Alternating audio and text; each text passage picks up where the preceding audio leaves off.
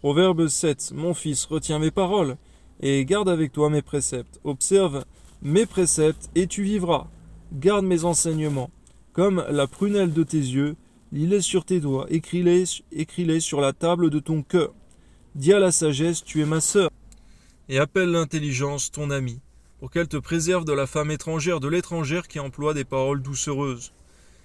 Garde-nous, Seigneur mon Dieu, de donner des paroles doucereuses, des flatteries, et garde-nous d'aimer en recevoir. Amen. J'étais à la fenêtre de ma maison, et je regardais à travers mon treillis. J'aperçus parmi les stupides, je remarquai parmi les jeunes gens un garçon dépourvu de sens. Il passait dans la rue près de l'angle où se tenait une de ces étrangères. Et il se dirigeait lentement du côté de sa demeure, c'était au crépuscule, pendant la soirée, au milieu de la nuit et de l'obscurité. Garde-nous, Seigneur mon Dieu, de nous approcher des étrangères, que ce soit des femmes, Seigneur mon Dieu, ou que ce soit, Seigneur mon Dieu, de choses étranges à ta parole, Seigneur, des choses étrangères à ta parole, comme un feu étranger peut-être, c'est-à-dire l'occultisme, ou peut-être encore, Seigneur, des doctrines étrangères, des fausses doctrines, Seigneur. Garde-nous, Seigneur mon Dieu, de la voie de l'étrangère, car nous voyons aussi, Seigneur mon Dieu, où mène, Seigneur mon Dieu, une telle voie. Amen. C'était au crépuscule pendant la soirée, au milieu de la nuit et de l'obscurité. Et voici, il fut abordé par une femme, ayant la mise d'une prostituée et la ruse dans le cœur. Elle était bruyante et rétive, et ses pieds ne restaient point dans sa maison. Tantôt dans la rue, tantôt sur les places, et près de tous les angles, elle était aux aguets. Elle le saisit et l'embrassa, et d'un air effronté lui dit « Je devais un sacrifice d'action de grâce. Aujourd'hui, j'ai accompli mes vœux. C'est pourquoi je suis sorti au-devant de toi, pour te chercher, et je t'ai trouvé. » Donne-nous de souligner, Seigneur, et de ne jamais oublier que lorsque nous tombons sur une étrangère spirituelle, que ce soit physiquement, Seigneur, ou spirituellement, doctrinalement ou autre, Seigneur, eh bien, le diable se cache derrière chacune de ces choses. Amen. Pour te chercher, et je t'ai trouvé. J'ai orné mon lit de couvertures, de tapis, de fils d'Égypte. J'ai parfumé ma couche de myrrhe, d'aloès, de cinnamome. Viens, enivrons-nous d'amour jusqu'au matin. Livrons-nous joyeusement à la volupté.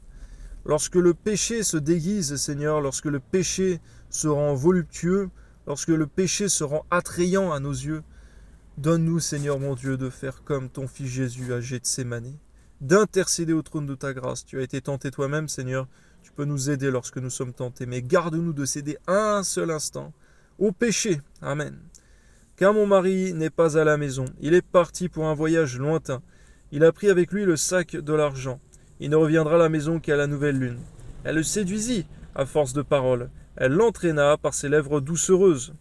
Il se mit tout à coup à la suivre, comme le bœuf qui va à la boucherie, comme un fou qu'on lie pour le châtier, jusqu'à ce qu'une flèche lui perce le foie, comme l'oiseau qui se précipite dans le filet, sans savoir que c'est au prix de sa vie. Et maintenant, mes fils, écoutez-moi. Oui, Seigneur, garde-nous de pécher en nous disant que tu pardonneras, car nous ne savons point, Seigneur mon Dieu, à quel jour, quelle semaine, quelle minute nous partirons de cette terre, Seigneur mon Dieu. Alors garde-nous de préméditer ou d'accepter le péché dans nos vies, Seigneur. Oui, Seigneur, car nous voyons que la fin de cette chose, c'est-à-dire le péché, c'est la mort, mais également la mort éternelle, si nous demeurons vaincus. Garde-nous, Seigneur, au nom de Jésus. Amen. Et soyez attentifs aux paroles de ma bouche, que ton cœur ne se détourne pas vers les voies d'une telle femme. Ne t'égare pas dans ses sentiers, car elle a fait tomber beaucoup de victimes, et ils sont nombreux tous ceux qu'elle a tués. Permets-nous de méditer sur le fait, Seigneur, que beaucoup d'âmes vont malheureusement dans le séjour des morts, et beaucoup déjà sont morts physiquement à cause du péché, c'est-à-dire tous les êtres humains créés depuis Adam et Ève, Seigneur. Depuis le début de ta création, il y a déjà eu trop de sang versé à cause du péché. Garde-nous, Seigneur, de demeurer dans les voies du péché, Seigneur, ou de minimiser les dégâts et la gravité du péché. Amen. Sa maison, c'est le chemin du séjour des morts. Il descend vers les demeures de la mort. Garde-nous donc, Seigneur, de nous fixer sur le visuel, Seigneur, même lorsque une chose ou un péché semble attrayant et bien déguisé par le diable ou par les hommes. Eh bien, garde-nous, Seigneur, de nous laisser conduire par nos yeux, par notre chair. Parce que la fin de ces choses, ce n'est pas seulement la mort physique, mais la mort éternelle, en enfer à perpétuité. Alors permets-nous par ta grâce, Seigneur, dans le nom de Jésus-Christ, de ne pas nous laisser séduire par le péché, de quelque manière qu'il soit déguisé, de quelque manière qu'il apparaisse. Garde-nous d'être légers vis-à-vis de ces choses. Que ton nom soit béni, Seigneur, au nom de Jésus. Amen.